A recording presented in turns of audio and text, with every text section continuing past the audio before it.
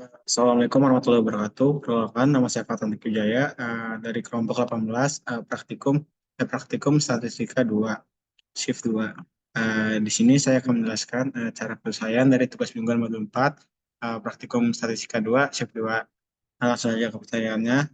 Soalnya nomor 1, ada seorang dosen teknik industri ingin mengetahui apakah terdapat perbedaan yang signifikan dalam menilai ujian ekonomi dan ekonomi teknik antara siswa dengan menggunakan tiga metode pengajaran yang berbeda, yaitu metode A, metode B, dan metode C. Data di bawah ini merupakan tabel dan data ujian dari tiga siswa dengan ketiga metode pengajaran tersebut. Gunakan tingkat signifikasi sebesar 5%.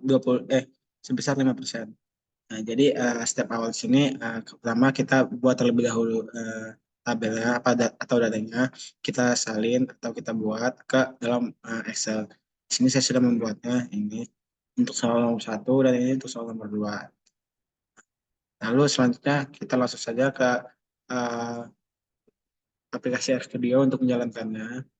Step pertama kita menginstal package-package-nya, yaitu ada Read Excel, CAR, Agricolayo, sama GGPUBN. Karena sebelumnya saya sudah menginstalnya, jadi kita hanya di sini hanya mengaktifkannya saja. Nah, jika sudah aktif dari sintaks library tadi, kita selanjutnya menginput data Excel tersebut dengan sintaks soal 1, read XLX dengan file tooming 4, lalu untuk soal 1 itu sheet 1. Sedangkan untuk soal 2, read XLX tooming 4, judulnya dengan sheetnya itu sheet 2. Sudah kita blok dan di running. Nah, jika sudah, langsung saja kita ke soal nomor 1. Pertama kita mendefinisikan faktor dan variabel dependingnya dulu. Untuk faktornya sendiri itu metode, dan variabel dependingnya itu nilainya. Lalu di sini kita maksudnya sintaks metode, lalu S faktor, dalam kurung soal 1, lalu metode, lalu nilai, juga soal 1, pilih nilai. Sudah kita uh, running. Selanjutnya kita pengujian level test untuk homogen data. Jika nilai P Jika nilai P lebih besar daripada 0,05, maka asumsi homogen ragam data terpenuhi. Nah, lalu kita masukkan sintaksnya level test, dilengkung nilai dari metode. Sehabis sudah pengujian, kita melakukan pemeriksaan normalisasi data dengan uji Shapiro.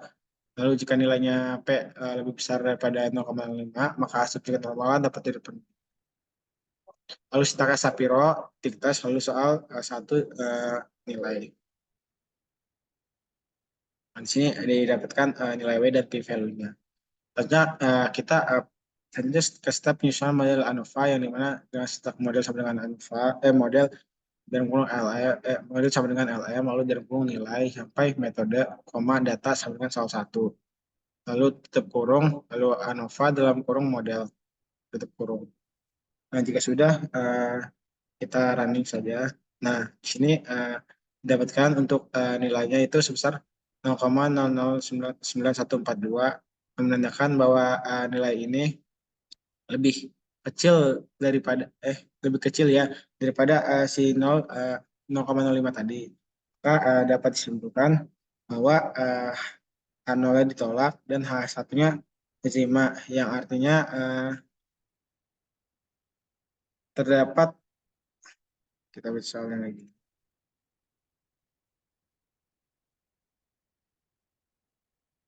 Nah, jadi kan di sini kan tadi apakah terdapat perbedaan yang signifikan dalam ujian ekonomi ekonomi nikah dan ekonomi teknik antara siswa dengan menggunakan tiga metode pembelajaran yang berbeda. Jadi jawabannya kan tadi H0 ditolak dan H1 diterima. Jadi jawabannya iya, ada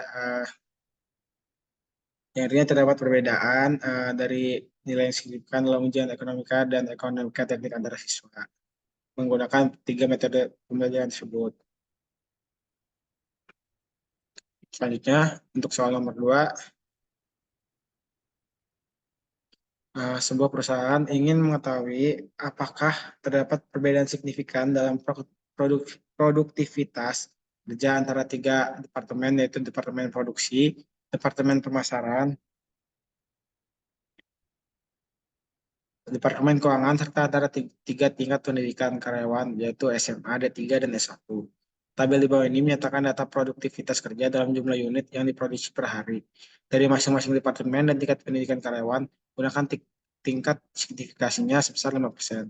Sini ada data dari tingkat pendidikan, lalu departemennya. Lalu saya juga sudah membuat datanya kembali di Excel. Jika sudah, kita lanjut ke software RStudio. Nah, untuk step yang pertama kita mengidentifikasikan faktor dan variabel dependennya. Yang dimana faktornya itu ada dua, yaitu tingkat pendidikan dan departemen. Sedangkan variabel dependennya itu produktivitas kerja. Lalu kita masukkan sintaks dengan tingkat pendidikan, lalu S faktor soal 2 yang bernilai tingkat pendidikan, lalu departemen S faktor dalam kurung soal 2 lalu departemen. Lalu produktivitas kerjanya soal 2 produktivitas kerja. Jika sudah kita blok dan kita running. Lalu selanjutnya kita pengujian Lavana test untuk untuk homogen ragam data yang dimana jika nilai P-nya lebih besar daripada 0,5 maka asumsi homogen ke ragam data dapat terpenuhi. Dengan sintaks Lavana test produktivitas kerja lalu tingkat pendidikan dikali dengan departemen. Datanya sama dengan soal 2. Nah, di sini PR PR value-nya itu 0,94 yang dimana lebih besar daripada 0,5 maka eh, dapat diasumsikan bahwa homogen ragam data ini terpenuhi. Jadi kita bisa berlanjut ke step selanjutnya yang dimana kita lakukan pemeriksaan normalisasi data dengan uji Shapiro. Lalu jika nilai P-nya lebih besar daripada 0,5 maka asumsi kenormalan dapat terpenuhi juga. Dengan sintaks kita masukkan sintaks Shapiro titik tes lalu soal 2 lalu produktivitas kerja. Sudah. Nah, di sini bisa kita lihat untuk p-value-nya bernilai 0,5438 yang dimana nilai tersebut lebih besar daripada tadi nilai 0,05. Maka kita asumsikan juga bahwa kenormalan datanya dapat terpenuhi. Lalu selanjutnya kita menyusun model ANOVA-nya dengan sintaks model sama dengan LM dalam kurung produktivitas kerja sampai tingkat kepemilikan dikalikan dengan departemen lalu datanya sama dengan soal 2 lalu ANOVA dalam kurung model sudah. Nah, di sini terdapat tiga hasil dari tingkat pendidikan, departemen, sama tingkat pendidikan dan departemen. Lalu yang hasil pertama itu 4,2 yang dimana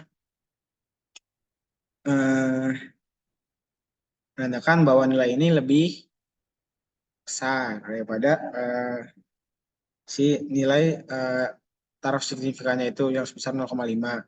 Maka dapat kita artikan atau simpulkan bahwa H1-nya ditolak dan H0-nya diterima.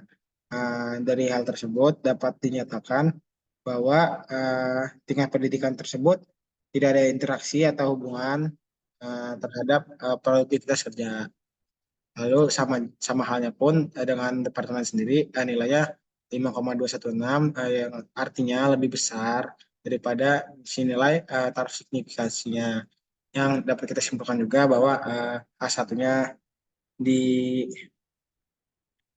A1 ditolak dan diterimanya H0, maka hal ini juga tersebut menyatakan bahwa tingkat departemen eh, tidak memiliki interaksi atau hubungan terhadap produktivitas kerja. Lalu yang terakhir yaitu tingkat pendidikan dan departemen yang dimana nilainya sebesar 0,4332 yang dimana hasil tersebut juga lebih besar daripada nilai taruh signifikasinya yaitu besar 0,5. Maka dapat kita simpulkan juga bahwa H1 ditolak dan H0 diterima. Maka dari tingkat pendidikan dan departemen tersebut tidak ada memiliki interaksi atau hubungan terhadap produktivitas kerja. Sekian penjelasan dari jawaban tugas mingguan shift 2 modul 4 statistika 2. Kurang lebih minta maaf. Wassalamualaikum warahmatullahi wabarakatuh.